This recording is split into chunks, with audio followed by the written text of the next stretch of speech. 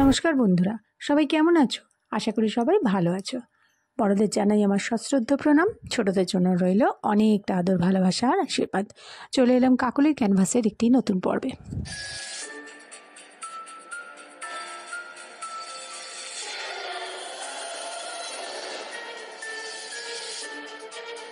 আজকের ঘটনার জন্য তোমাদের নিয়ে যাচ্ছি বাঁকুড়ায়, আজ থেকে প্রায় 30 থেকে 40 বছর আগে। বাঁকুড়ার এমন একটা জায়গা যেখানে তখনও পর্যন্ত কোনো রকম টয়লেট তৈরিই হয়নি। সেখানে মানুষজন টয়লেট করতে বা পটি করতে যেত মাঠে।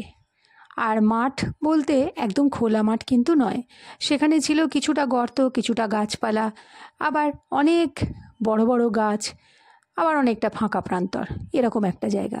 এখন শুক্লা কাকিমারা থাকে দিল্লিতে, কিন্তু আগে মানে ওনার যেখানে বিয়ে হয়েছে, প্রথম যে বাড়িতে মানে উনি উঠেছিলেন বা যেখানে তিনি অনেক বছর ছিলেন, সেটা হচ্ছে বাঁকুড়া। আর সেই সময় যে সময় শুক্লা কাকিমার বিয়ে হয়েছিল, সেই সময় বাঁকুড়ায় গিয়ে তার যে অভিজ্ঞতা হয়েছিল, সেই অভিজ্ঞতাই শুক্লা কাকিমা আমার সাথে শেয়ার করেছে। তো ঘটনাটা এরকম ছিল। শুক্লা কাকিমা বিয়ের পর যখন শ্বশুরবাড়ি যায়, তখন শ্বশুরবাড়িটা ছিল মাটির দোতলা, আর ওপরটা ছিল একদম, মাথাটা ছিল খড়ের চাল। একটা নির্দিষ্ট জায়গা ছিল। কিছু দূর যাবার পর একটা সরু গলি মতো, মানে সরু রাস্তা, এখন যেটাকে আমরা গলি বলি, শুক্লা কাকিমা বলছে সেই সময় ওটা ছিল মেঠো রাস্তা। দুপাশে বড় বড় গাছ, মহুয়া গাছ, তারপরে বলছে অজস্র গাছ ছিল, বুনো গাছ, গাছালি, তারপরে কত লতানে গাছ। তার মাঝখান দিয়ে যে সরু মেঠো রাস্তাটা ছিল, সেইটা দিয়ে গিয়ে একটা ডোবা মতো পড়তো। ডোবা বলতে সেটা কিন্তু শুকনো ডোবা, জল ছিল না, এবং ওটা যে অনেকটা ডিপ ছিল তা কিন্তু নয়। ওই জায়গাটা ছিল মোটামুটি একটু ঢালু হয়ে নিচের দিকে নেমে যেতে হবে, আর ওখানেই সবাই পটি করতো। আর সেটা একটা জায়গাতেই সবাই করতো এরমও নয়। তো ওরা ওখানে একটা জিনিসই মানতো, সেটা হচ্ছে একটা বুনো গাছ। সেই গাছটা একটা ফল হতো অদ্ভুত টাইপের, সেই গাছটার নাম শুক্লা কাকিমার এখন মনে নেই, সেই সময় ওকে বলা হয়েছিল। তো শুক্লা কাকিমা বলছে ওই গাছটার ছিল সীমানা, ওই গাছটার আগে একটা ঝাড়ি ছিল, ঝোপ ছিল, ওই ঝোপ অবধি সবাই সন্ধ্যের আগে যার যার পটি পেতো করে চলে আসতো। সন্ধে একটু যেই নামতো, তখন ওর বাইরে বেরোনো বন্ধ ছিল, কারণ ওখানে যেতে সবাই বারণ করতো। শুক্লা কাকিমার যে শাশুড়ি ছিল, তিনিও পই পই করে বারণ করে দিয়েছিলেন যে দেখো, যা তোমরা ওদিকে যাবার তা তোমরা বিকাল থাকতেই ঘুরে আসবে। তো শুক্লা কাকিমা যেহেতু থাকতো কলকাতায়, ওখানকার মেয়ে, উনি বলছেন যে অনেকে হয়তো ভূতে বিশ্বাস করতো, কিন্তু উনি ছোট থেকে কোনো দিনও এইসব ভূত প্রেত পিশাচ এগুলোকে বিশ্বাস করতেন না। একদিন সন্ধেবেলার দিকে, সাধারণত শুক্লা কাকিমার একদিন দুদিন ছাড়াই পটি হতো, নতুন জায়গায় তার হতেই চাইতো না। তো সেদিনকে হয়েছিল কি, হঠাৎ করে 3-4 দিন পর ওনার ঠিক সন্ধ্যের মুখে শাঁখ বেজেছে, সেই সময়তে ওনার খুব জোরে পটি পেয়েছে। এইবারে শুক্লা কাকিমাকে সবাই বারণ করছে যে এখন তো বেরোনো যাবে না, এখন সন্ধে হয়ে গেছে, পুরো অন্ধকার, ওই ঝোপঝাড়ির মধ্যে দিয়ে তো বেরোনো যাবে না। কিন্তু শুক্লা কাকিমার শরীর খুব খারাপ করছিল। তো শুক্লা কাকিমা দাঁড়াতে পারছিলেন না, তিনি বাধ্য হয়ে বললেন আমি হারিকেনটা নিয়ে যাচ্ছি, তোমরা কেউ এসো। এবার ওরা সেই সময় সন্ধে দেওয়ার সময় বাড়িতে সবাই মোটামুটি ঠাকুর ঘরে থাকে। তো শুক্লা কাকিমা কারোর কথা না শুনে এসো বলেই ছুটেছে লণ্ঠনটাকে নিয়ে। উনি লণ্ঠন নিয়ে সোজা হাঁটতে হাঁটতে ওই রাস্তা পেরিয়ে যে সরু রাস্তাটা পড়েছে, যেটা ঝোপঝাড়ের মধ্যে দিয়ে, সেটা দিয়ে উনি যাচ্ছেন। যেতে যেতে যেতে যেতে যেতে যেতে প্রচুর রাস্তা তিনি হেঁটে ফেলেছেন, কিন্তু কোথাও আর সেই জায়গা খুঁজে পাচ্ছেন না, মানে যেখানটায় ওনারা পটি করতেন, একটা যে শুকনো ডোবা ছিল সেটা আর খুঁজে পাচ্ছেন না। তিনি বাঁ দিকে দেখছেন, দিকে দেখছেন, ডান দিকে দেখছেন, কিন্তু জায়গাটা কোথায় গেল। মানে অদ্ভুত জায়গায় তিনি পৌঁছে গেছেন। আবার পেছন ঘুরে যে রাস্তা দিয়ে তিনি এসছেন, সেই রাস্তাও আর চিনতে পারছেন না, যে এটা আবার কোথা দিয়ে এলাম, আর জঙ্গলের মধ্যে তিনি বেরোবেন কোথা দিয়ে। এরকম একটা পজিশানে গিয়ে শুক্লা কাকিমা রাস্তা যখন চতুর্দিকে খুঁজে পাচ্ছেন না, এদিকে তার শরীরের মধ্যে একটা অস্বস্তি হচ্ছে, তার শরীরটা খুব খারাপ লাগছে। সেই মুহূর্তে একটা মানুষ কি করবে, যে সময় তার অত্যন্ত জোরে পটি পেয়েছে, সে তখন কি করবে, সব ছেড়ে মেরে দিয়ে যেখানে পেয়েছেন সেখানেই বসে পড়ার জোগাড় করছেন। শুক্লা কাকিমারও তাই হয়েছে। তিনি ছোট বালতি নামিয়ে রেখে যেখানে দাঁড়িয়েছিলেন সেখানেই একটু এদিক ওদিক দেখে নিয়ে বসে পড়লেন, কারণ তার পক্ষে আর সহ্য করা সম্ভব হচ্ছিল না। এবার তিনি যখন পটি টটি করেছেন, করে যখন একটু হালকা বোধ করছেন, সেই সময় তিনি শুনতে পেলেন তার পেছনের ঝোপটা নড়ার আওয়াজ। কেউ যেন পেছনের ওই ঝোপে এসে দাঁড়িয়েছে এবং ঝোপটা নড়ছে। তো কাকিমা তখন প্রথমে ভয় পাননি, কারণ উনি এসবে ভয় পান না। তিনি দেখলেন ঝোপটা নড়ে থেমে গেল, আবার কিছুক্ষণ বাদে ঝোপটা আবার নড়ছে। এবারে কাকিমা ভাবলেন যে কোনো হয়তো রাত্রির দিকে কোনো জন্তু জানোয়ার এসেছে ওই পেছনে। উনি তো প্রচণ্ড জন্তু জানোয়ারকে তো আর সাহস দেখিয়ে লাভ নেই, জলের কাজ করে নিয়ে উঠে পড়লেন।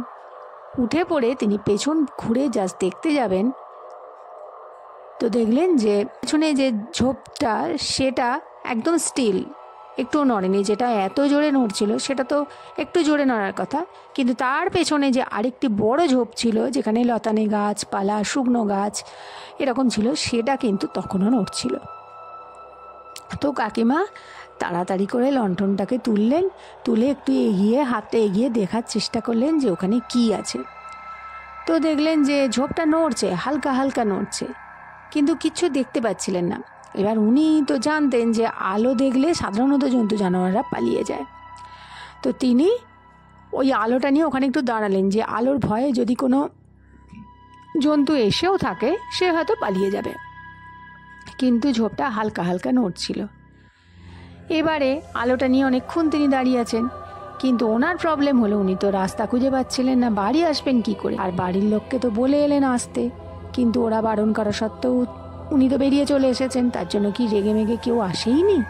দাঁড়িয়ে না থেকে তিনি ভাবলেন যে দাঁড়িয়ে থেকে তো কোনো লাভ নেই, এগুতে এগুতে যদি কিছু পাওয়া যায় বলে তিনি একদম হারা উদ্দেশ্যে, কোনো উদ্দেশ্যহীন ভাবে উনি হাঁটতে থাকলেন লণ্ঠনটা নিয়ে। বেশ কিছুটা লণ্ঠন নিয়ে এগিয়ে গেছেন, পেছনে গাছে আওয়াজ হতে থাকলো, নিচে শুকনো পাতার ওপর দিয়ে কেউ যেন তাকে ফলো করেছে।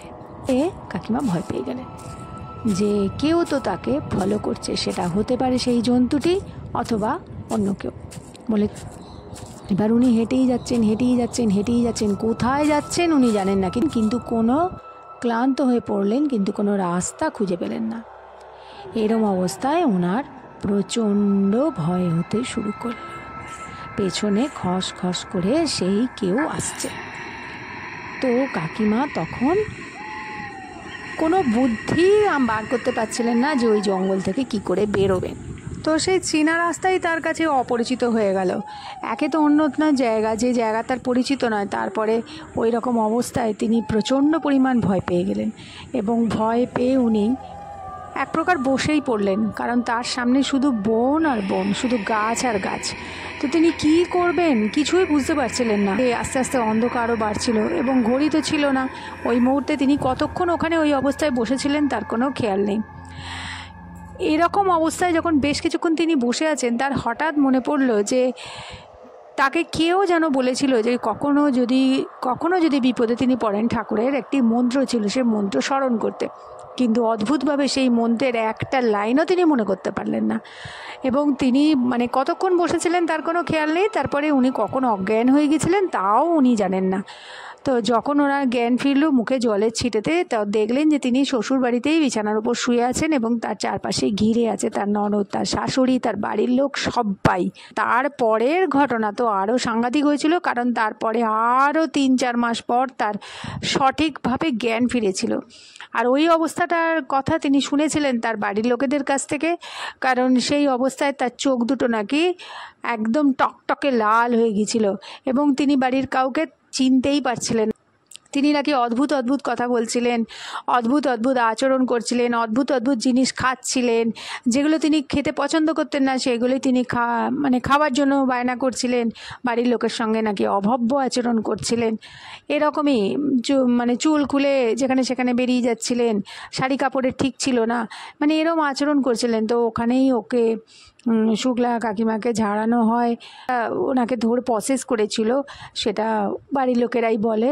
পরে আস্তে আস্তে তিনি সুস্থ হয়েছিলেন, তার চেহারা অত্যন্ত খারাপ হয়ে গিয়েছিল, তার চোখের তলায় ডিপ কালি পড়ে গিয়েছিল, কঙ্কালসার চেহারা হয়ে গিয়েছিল। তো আস্তে আস্তে আস্তে আস্তে তার সুস্থ হতে অনেকটাই টাইম লেগেছিল। বেশ কিছু বছর পর্যন্ত তার প্রভাবটা তার মধ্যে ছিল। তিনি একলা ঘরে কখনোই থাকতে পারতেন না, অন্ধকারে তার ভয় হতো। তিনি চিরকাল শুনে এসেছিলেন যে কাউকে ভূতে ধরে বা কাউকে প্রেতে ধরে বা কারোর এরকম হাওয়া লাগে, কিন্তু তার নিজেরই এরকম হয়েছিল একবার। তো আজকে তার এই অভিজ্ঞতা তোমাদের সাথে শেয়ার করলাম। আশা করি তোমাদের ভালো লাগবে। ভালো লাগলে অবশ্যই লাইক করে দিও, শেয়ার করো, কমেন্ট করো, আর কাকলির ক্যানভাসকে সাবস্ক্রাইব করে নেওয়ার জন্য অনুরোধ রইল। পরের দিন আবার হাজির হয়ে যাচ্ছি নতুন কোনো ঘটনা নিয়ে। ততক্ষণের জন্য সবাই খুব ভালো থাকো, আনন্দে থাকো, কাকলির ক্যানভাসের সাথে থাকো। নমস্কার, ধন্যবাদ। আমার সমস্ত ভিউয়ার্সের জানাই অন্তর থেকে অজস্র ধন্যবাদ। এবারে বলবো তাদের কথা যারা আমাকে আগের পর্বে কমেন্ট করেছো। তারা হলেন মায়া সরকার এবং ফান্টুস।